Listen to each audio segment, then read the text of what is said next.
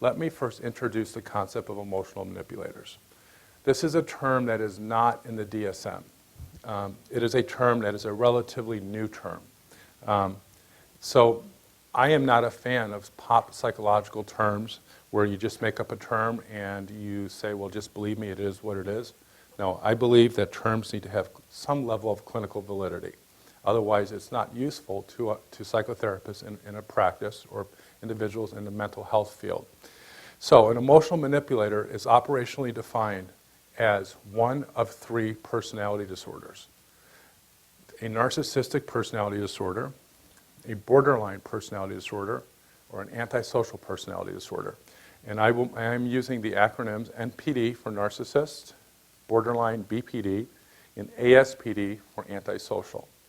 An emotional manipulator is also a person who is suffering from an addiction, a chemical addiction or behavioral addiction, such as sex addiction or gambling, is also considered an emotional manipulator because they share the same narcissistic process. So when I refer to emotional manipulators, I'm referring to individuals specifically that have these three personality disorders or who are addicted to a substance or a process.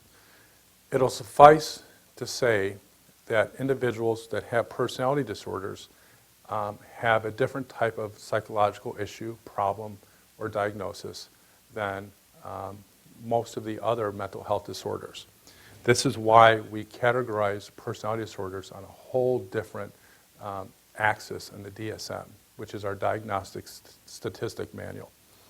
For all the other mental health disorders, we use Axis 1, which describes mental health disorders for which we have insight, knowledge, and ability to understand, to some level, the problem, the potential or the motivation to seek help for the problem, and treatment can elicit positive results.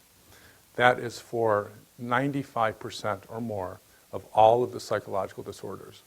But for the psychological disorders which are ingrained in us, that have crystallized in us, that have become our personality, or they're disorders that are biological in nature that we can't change and sometimes we're unable to change or we're unaware of, those are categorized on a different axis or a different category on the DSM.